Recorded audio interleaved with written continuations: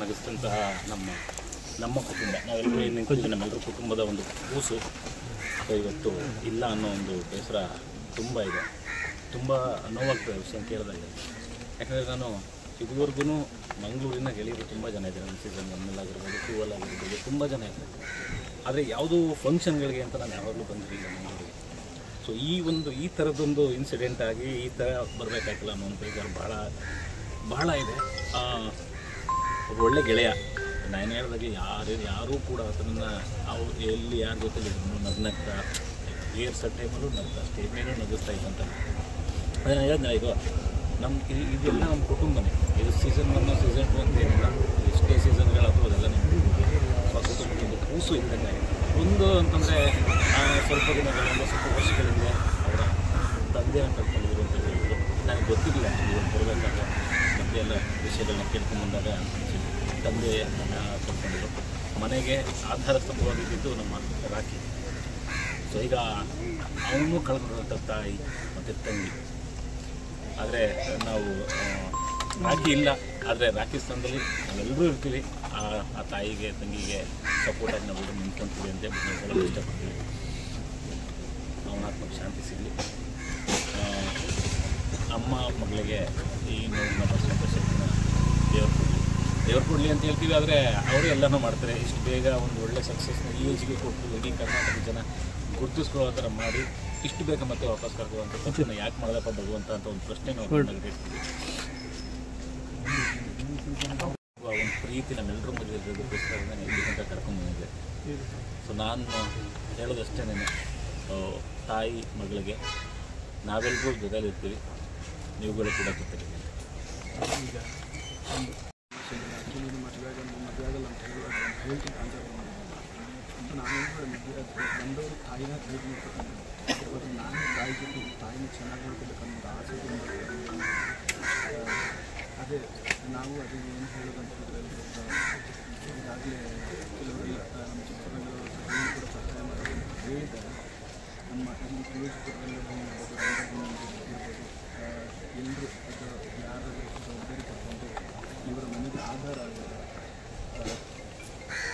ಅಂತ ಹೇಳಿದರೆ, ಈಗ ನಿಮ್ಗೆ ಗೊತ್ತಿರೋ ಆಧಾರ ಸಂಬಂಧ ಕಳ್ಕೊಂಡಿರುವಂಥ ಮನೆಗೆ ಅವನು ಆದಷ್ಟು ಯಾರಾದರೂ ಇವರ ಮನೆಗೆ ಅವರ ತಂದೆಯನ್ನು ಮನೆಗೆ ಆಧಾರ ಆಗೋದು ಅಂತ ನಾವು ಬೇಡ್ಕೊತಿದ್ದೇವೆ. ನಮ್ಮ ಅನ್ನ ಆಗಿರೋದ್ರಿಂದ ಬೇರೆ ಅದೇ ಏನು ಮಾತಾಡಬೇಕು ಅಂತ ನಮ್ಮ ರಾತ್ರಿ ಇಲ್ಲಿ ಉಳಿದಿದ್ದಾನೆ ಕಣ್ಣು ಮುಂದೆ ಕಾಣಿಸ್ತಿಲ್ಲ.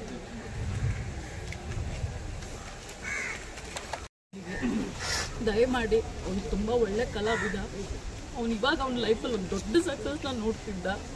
ಯಾರೆಲ್ಲ ಪ್ರಾಮಾಣಿಕವಾಗಿ ಕಲಾವಿದರಿಗೆ ಎಲ್ಲರಿಗೂ ಸಹಾಯ ಮಾಡಬೇಕು ಅಂತಿದ್ರೆ ದಯಮಾಡಿ ಅದೊಂದು ಕೆಲಸಕ್ಕೆ ಅವನ ಆಸೆ, ಅವ್ನ ಲೈಫಲ್ಲಿ ಇದ್ದಿದ್ದ ಗುರಿನೇ ಅದೊಂದು. ನನ್ನ ತಂಗಿ ಮದುವೆ ತುಂಬ ಚೆನ್ನಾಗಿ ಮಾಡಬೇಕು. ಇಲ್ಲಿ ನಾವು ದೊಡ್ಡ ಕುಟುಂಬ ಇದ್ದೀವಿ. ಅಂದರೆ ನಾವು ಹೇಳಿದ್ವಿ, ನಾವು ಕಾಮಿಡಿ ಕ್ಲಾರಿಗಳು ಅನ್ನೋದು ಒಂದು ದೊಡ್ಡ ಕುಟುಂಬ ಇದ್ದೀವಿ.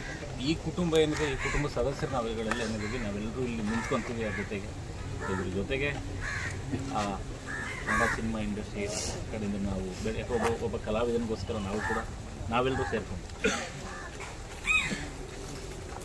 ನಾವು ಇಡೀ ಟೀಮೆಲ್ಲ ಸೇರಿಕೊಂಡು ನಾವು ಕೂಡ ಸೇರ್ಕೊತಾ ಇದ್ದೀವಿ.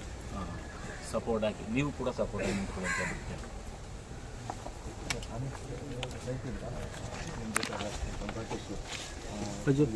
ಹೌದು ಸರ್, ಕಿತ್ತಿದ್ದು ಅವ್ರ ನನ್ನ ಹತ್ರ ಅದೊಂದೇ ಶೇರ್ ಮಾಡ್ಕೊಳ್ತಿದ್ದು. ಅವನಿಗೆ ನಿಮ್ಗೇನು ಆಸೆ, ನನಗೆ ನಮ್ಮಪ್ಪ ಇಲ್ಲ, ನಮ್ಮಪ್ಪನ ಜಾಗದಲ್ಲಿ ನಾನು ನಿಂತ್ಕೊಂಡು ತಂಗಿ ಮಕ್ಕಳು ತುಂಬ ಜೋರಾಗಿ ಮಾಡಬೇಕು, ಅದೊಂದೇ ನನ್ನ ಆಸೆ.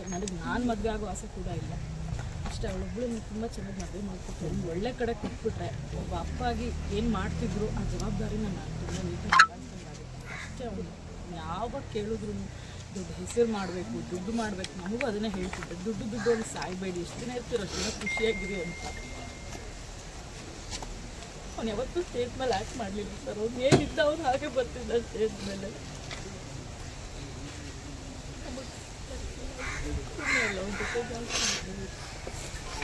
ಒಂಥರ ಇದ್ದ, ಮಗುವಿನ ಥರ ಇದ್ದ.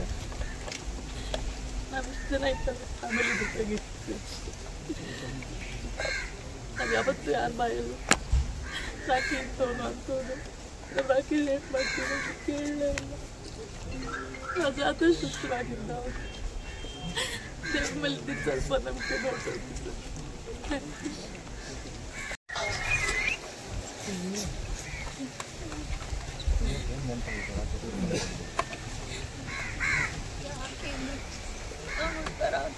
ಅದು ಮುಖ ಯಾವಾಗಲೂ ಅವನು ಇತ್ತೀಚೆಗೆ ಒಂದು 6 ತಿಂಗಳಿಂದ ಒಂದು ಸಣ್ಣ ಆಕ್ಸಿಡೆಂಟ್ ಆಗಿ ಮುಖ ಎಲ್ಲ ಸ್ವಲ್ಪ ಫ್ರ್ಯಾಕ್ಚರ್ ಆಗಿದೆ. ಅವತ್ತು ಕೂಡ ನಾವು ಹಾಸ್ಪಿಟಲ್ಗೆ ಹೋದಾಗ ನಾವು ಅಳ್ತಿದ್ವಿ ಹೊರತು ಅವನು ಅಳ್ತೇ ಇಲ್ಲ, ಅವನು ನಗ್ತಾನೇ ಇದ್ದ. ನೀವು ಹೋಗಿ ಚಿಲ್ ಮಾಡಿ, ಇದೆಲ್ಲ ಎಕ್ಸ್ಪೀರಿಯನ್ಸ್ ಆಗಬೇಕು ಕಣೆ ಲೈಫಲ್ಲಿ ಅಂತ ನಾನು ಸ್ವೀಟ್ ಎಷ್ಟು ಫ್ರೆಂಡ್ ಅವನು ಯಾವಾಗಲೂ ಸ್ವೀಟು ಅಂತ ಕರಿತಾ ಇದ್ದವು. ನನಗಿಂತ ಏಜಲ್ಲಿ ದೊಡ್ಡವನು, ಆದ್ರೂ ಅವನು ಕುಳ್ಳಕ್ಕೆ ಆ ರೀತಿ ಇದ್ದಿದ್ದರಿಂದ ನಾನು ಅವನ್ನ ತುಂಬ ಮುದ್ದಾಗಿ ಸ್ವೀಟು ಅಂತ ಕರಿತಾ ಇದ್ದೆ. ಈಸ್ ಲೈಕ್ ಯಾರು ನಮ್ಮ ಸೆಟ್ಟಲ್ ಆಗಲಿ, ನಮ್ಮ ಕಲಾವಿದ್ರ ಯಾರಾದರೂ ಚೆನ್ನಾಗಿ ಆ್ಯಕ್ಟ್ ಮಾಡ್ತಿದ್ದಾರೆ ಅಂದರೆ ಹೋಗಿ ಬಂದು ಪ್ರೋತ್ಸಾಹ ಮಾಡೋದು.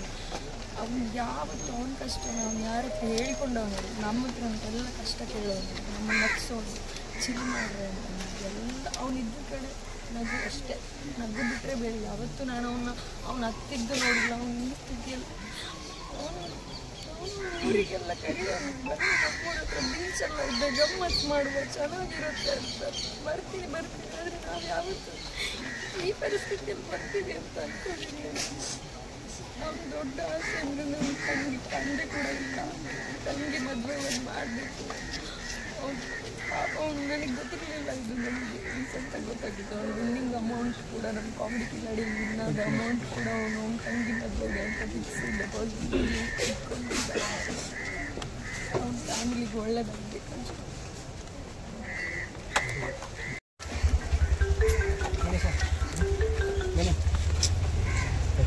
ನಾವು ಆಕೆಯ ಸಾಧನೆ ಬಗ್ಗೆ ಮಾತಾಡಬೇಕು ಅಂತ ಯಾವಾಗಲೂ ಮಾತಾಡ್ತಾ ಇದ್ದೀವಿ.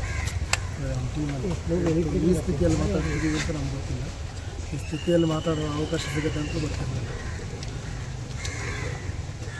ಎಲ್ಲರೂ ಬಂದಿದ್ದಾರೆ ಅಷ್ಟೇ. ನಗ್ನಗ್ತಾ ಬಂದಿದ್ದ, ನಗ್ನಗ್ತಾನೆ ಹೋಗಿದ್ದಾನೆ. ಅದೆಲ್ಲ ಅಳ್ತಾ ಇದ್ದೀವಿ ಅಷ್ಟೇ.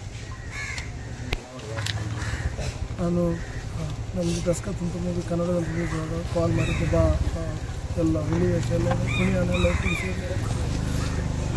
ಬರೋಕ್ಕಾಗಲಿಲ್ಲ, ಬ್ಯುಸಿ ಇದ್ದೆ ಅಷ್ಟು. ಅವನು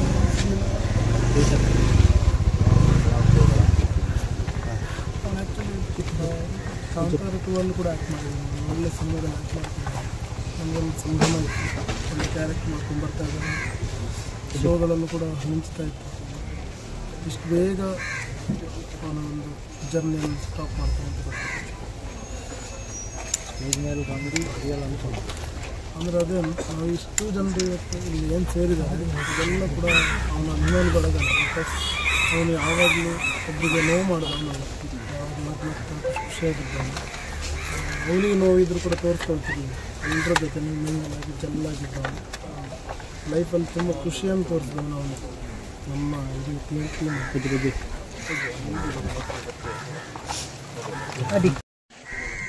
ಫ್ರೆಂಡ್ಸ್ ಅದು ಆಡಿಷನ್ಗೆ ಹೋಗೋದು, ಜೊತೆಗೆ ಹೋಗ್ಬೋದು.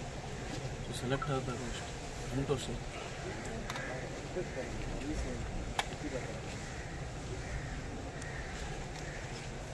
ಜೊತೆಗೆ ಎಲ್ಲೇ ಜೊತೆ